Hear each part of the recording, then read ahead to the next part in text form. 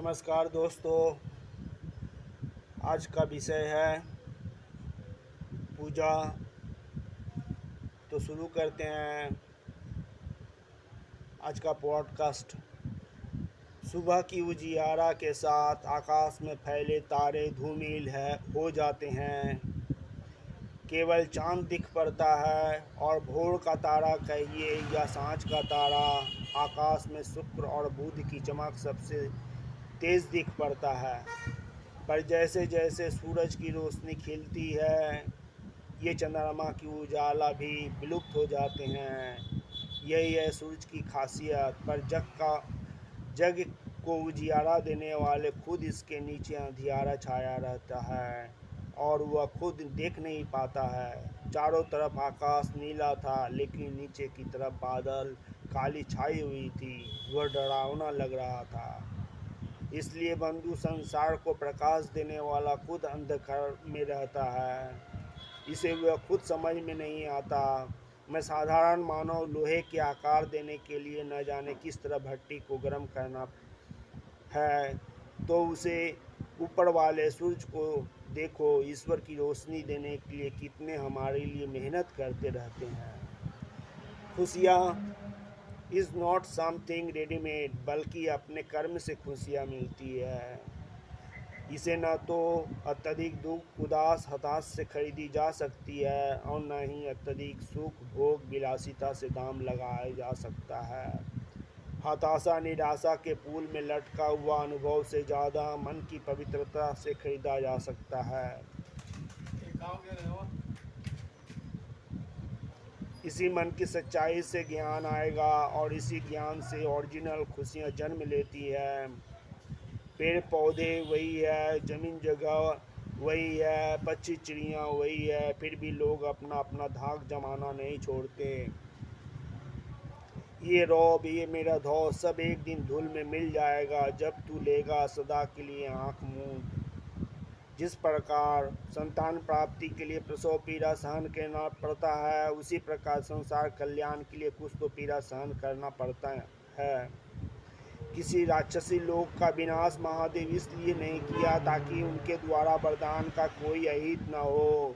तभी तो महादेव को देवों का देव, अन्यों को देव को क्यों कहा जाता है। ग्रह, तारे, जीवन आदि गॉड पार्टिकल के कणों से बना है, जिस कारण महादेव को गॉड पार्टिकल के कणों से जोड़ा गया है। विचारों के मंथन से चेतना और विवेक का उदय होता है।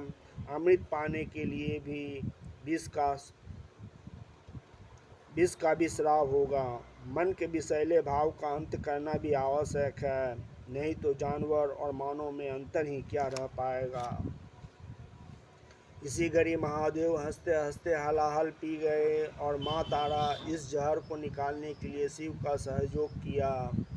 इसलिए मानव को जितने हो सके सत्कर्म करते रहना चाहिए, तभी तो सौभाग्य आता है। और कुकर्म करोगे दुर्भाग्य आज नहीं तो कल आना तय है। अतः जो भी कर्म करे हमेशा नीतिपूर्वक होना चाहिए, तभी हमारा जीवन धन्य धान्य से परिपूर्ण होगा। प्रत्येक संतान का एक कर्म फल होता है। इसमें माता पिता का कोई योगदान नहीं होता, बल्कि वर्षों का प्रतिफल होता है। व्यक्ति अंधकार से अंधा नहीं होता, बल्कि अविश्वास, अज्ञानता, हठधर्मिता से अंधा हो जाए तो उसका उपचार नहीं। क्रोध जब चेतना पर हावी हो जाए तब समझना व्यर्थ हो जाता है, क्योंकि क्रोध भी एक तरह का पागलपन है। वह पथभ्रष्ट हो गया है, उनमें विचारों की द्वंद्वात्मकता होती है, इसलिए उसे सुधारना नामुमकिन है।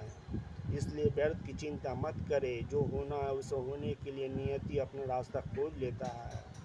इसलिए हस्तक्षेप से समस्या का समाधान नहीं बल्कि बिगड़ सकता है।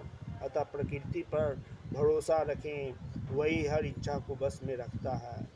मनुष्य अपने कर्म के द्वारा अपने श्राप को वरदान में, अपने वरदान को श्राप में बदल सकता है। ज़रूरत है अपने विवेक से इसे संचालित किया जाए। गर्भाधान को प्रथम संस्कार माना जाता है।